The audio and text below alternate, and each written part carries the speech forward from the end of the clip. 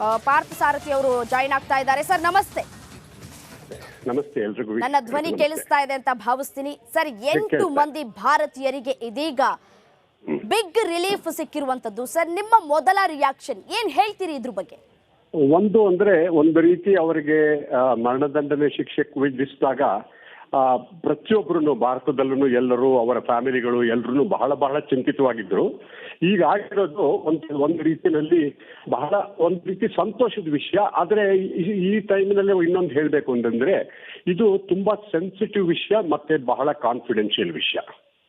ಆದ್ರಿಂದ ಯಾಕೆಂತಂದ್ರೆ ಅಲ್ಲಿ ನಡೀತಾ ಇರೋದು ವಿದ್ಯಮಾನಗಳು ಹೇಗೆ ನಡೀತಾ ಇದೆ ಅಂತಂದ್ರೆ ಭಾರತದ ವಿದೇಶಾಂಗ ಹಾಗೂ ಭಾರತದ ಪ್ರಧಾನಮಂತ್ರಿಯವರು ಪರ್ಸನಲ್ ಆಗಿ ಇಂಟರ್ವ್ಯೂನ್ ಆಗಿದ್ದಾರೆ ಇದರಲ್ಲಿ.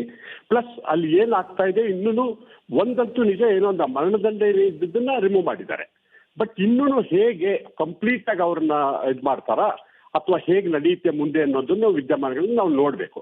ಬಟ್ ಒಂದು ನಿಜವಾಗ್ಲೂ ಸಂತೋಷಕ ಅಂದ್ರೆ ಭಾರತಕ್ಕೆ ನಾನು ವಿಜಯ ಅದು ಇದು ಅಂತ ಹೇಳಕ್ ಹೋಗಲ್ಲ. ಯಾಕೆಂತಂದ್ರೆ ಇದು ಕೌನ್ಸಿಲರ್ ಸಪೋರ್ಟ್ ಕೊಟ್ಟಿರೋದು ಭಾರತ. ಕೌನ್ಸಿಲರ್ ಸಪೋರ್ಟ್ ಕೊಟ್ಟು ಅವರ ಫ್ಯಾಮಿಲಿಗೆಲ್ಲ ಒಂಥರ ಕಾನ್ಫಿಡೆನ್ಸ್ ಕೊಟ್ಟು ನಮ್ಮ ಭಾರತದ ಇದು ರಾಯಭಾರಿ ಇದಾರಲ್ಲ ಅವರು ಮತ್ತು ನಮ್ಮ ರಾಯಭಾರಿ ಕಚೇರಿಯಲ್ಲಿರೋರೆಲ್ಲ ಎಷ್ಟು ಸಪೋರ್ಟ್ ಆಗುತ್ತೆ ಅಷ್ಟೆಲ್ಲ ಕೊಟ್ಟು ಅಲ್ಲಿ ಪಾರ್ಟಿಸಿಪೇಟ್ ಮಾಡಿ ಕೋರ್ಟ್ನಲ್ಲಿ ಪಾರ್ಟಿಸಿಪೇಟ್ ಮಾಡಿ ಇವಾಗ ಇದು ಗೊತ್ತಾಗಿದೆ. ಅಂದ್ರೆ ನನಗೆ ಅನ್ನಿಸೋ ಥರ ಇನ್ನು ಮುಂದೆ ಇನ್ನೂ ಐ ಥಿಂಕ್ ಅವರು ಬಿಡುಗಡೆಯಾಗಿ ಭಾರತಕ್ಕೆ ಬರುವ ಚಾನ್ಸಸ್ ಬಹಳಷ್ಟು ಜಾಸ್ತಿ ಆಗ್ತಾ ಇದೆ. ಆದ್ರಿಂದ ಇವಾಗ ಏನು ಅಂತ ಅಂದ್ರೆ ನಾವು ಭಾರತ ದೇಶದ ಗವರ್ಮೆಂಟು, ಭಾರತ ದೇಶದ ವಿದೇಶಾಂಗ ಶಾಖೆ ಅವ್ರು ಏನು ಕೆಲಸ ಮಾಡಿದ್ದಾರೆ ಅದನ್ನ ಇನ್ನೂ ಮುಂದುವರೆದು ಮಾಡಲಿ ಅಂತ ನೋಡಿಕೊಂಡು ನಾವು ಇನ್ನೂ ಒಳ್ಳೇದಾಗತ್ತೆ ಅಂತ ಅನ್ಕೋಬೇಕಾಗತ್ತೆ. ಓಕೆ ಸರ್, ಅದೇ ರೀತಿಯಾಗಿ ಭಾರತಕ್ಕೆ ವಾಪಸ್ ಮರಳಲಿದ್ದಾರೆ ಅಂತ ಏನ್ ಹೇಳ್ತಾ ಇದೀವಿ, ಭಾರತಕ್ಕೆ ಜಯ ಅಂತ ಇನ್ನೂ ಕೂಡ ನೀವು ಒಪ್ಕೊಳ್ತಾ ಇಲ್ಲ. ಮತ್ತೊಂದು ವಿಚಾರ ಏನಪ್ಪಾ ಅಂತಂದ್ರೆ ಈ ಕಂಪ್ಲೀಟ್ ಪ್ರಾಸೆಸ್ ಯಾವ ರೀತಿಯಾಗಿ ಇರುತ್ತೆ ಸರ್? ಅಲ್ಲ, ಇದು ಒಪ್ಕೊಳ್ಳೋ ವಿಷಯ ಅಲ್ಲ. ಜಯ ವಿಜಯ ಅಂದ್ರೆ ಇದು ಕಾಂಪಿಟಿಷನ್ ಅಲ್ಲ.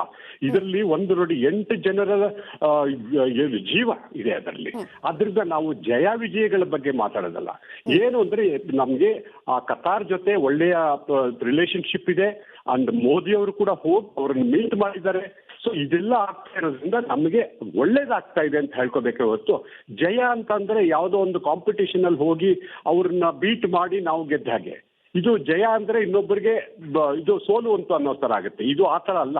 ಇದು ನಮಗೇನು ಅಂದ್ರೆ ಈ 8 ಜನದ ಪ್ರಾಣದ ವಿಷಯ ಇದ್ದಿದ್ರಿಂದ ಅದರಲ್ಲಿ ನಮಗೆ ರೆಸ್ಪೆಕ್ಟ್ ಕೊಟ್ಟಿದ್ದಾರೆ. ಕತಾರ್ ಗವರ್ಮೆಂಟು, ಕತಾರ್ ಎಮೀರ್ ಇದಾರಲ್ಲ ಅವರು ಕೂಡ ಸೇರಿ ನಮಗೆ ಭಾರತ ದೇಶಕ್ಕೆ, ಮೋದಿ ಅವರಿಗೆ ಮತ್ತೆ ಗವರ್ಮೆಂಟ್ಗೆ ರೆಸ್ಪೆಕ್ಟ್ ಕೊಟ್ಟು ಇದನ್ನ ಇವಾಗ ಕಡಿಮೆ ಮಾಡಿದ್ದಾರೆ. ಕೋರ್ಟು ಅದನ್ನು ಕಡಿಮೆ ಮಾಡಿದೆ. ಇದೇ ಇನ್ನೂ ಮುಂದುವರೆದು, ಇನ್ನೂ ಡೀಟೇಲ್ಸ್ ಫುಲ್ ಗೊತ್ತಿಲ್ಲ, ಮುಂದುವರೆದು ಅವರು ಫ್ರೀ ಆಗಿ ಭಾರತ ದೇಶಕ್ಕೆ ವಾಪಸ್ ಬರೋ ತರ ಆಗ್ಲಿ ಅಂತ ನಾವೆಲ್ಲ ಅದನ್ನ ಅನ್ಕೋಬೇಕಾ. ಆ ತರ ಆದ್ರೆ ಬಹಳ ಸಂತೋಷ ಪಡ್ಬೇಕು ಅವಾಗ. ಓಕೆ ಸರ್, ಧನ್ಯವಾದಗಳು ರಿಪಬ್ಲಿಕ್ ಕನ್ನಡ ಜೊತೆ ಮಾತನಾಡಿದ್ದಕ್ಕಾಗಿ. ಜಾಗತಿಕ ಮಟ್ಟದಲ್ಲಿ ಭಾರತಕ್ಕೆ ಬೃಹತ್ ರಾಜತಾಂತ್ರಿಕ ಗೆಲುವು ಸಿಕ್ಕಿದೆ. ಕತಾರ್ನಲ್ಲಿ ಭಾರತೀಯ ಅಧಿಕಾರಿಗಳಿಗೆ ಬಿಗ್ ರಿಲೀಫ್ ಸಿಕ್ಕಿರುವಂಥದ್ದು. ಗಲ್ಲು ಶಿಕ್ಷೆಗೆ ಗುರಿಯಾಗಿದ್ದಂತಹ ಅಧಿಕಾರಿಗಳಿಗೆ ರಿಲೀಫ್ ಸಿಕ್ಕಿದೆ. ಭಾರತೀಯರಿಗೆ ವಿಧಿಸಿದಂತಹ ಮರಣ ದಂಡನೆಗೆ ಶಿಕ್ಷೆಗೆ ತಡೆಯನ್ನ ಕೊಡಲಾಗಿರುವಂಥದ್ದು.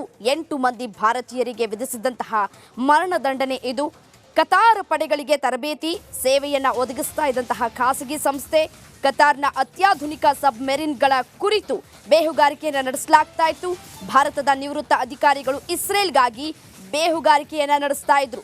ಇಟಲಿಯ ಸಂಸ್ಥೆಯ ಸಹಭಾಗಿತ್ವದಲ್ಲಿ ಜಲಾಂತರ್ಗಾಮಿಗಳ ತಯಾರಿಕೆಯನ್ನು ಕೂಡ ಮಾಡಲಾಗ್ತಾ ಇತ್ತು.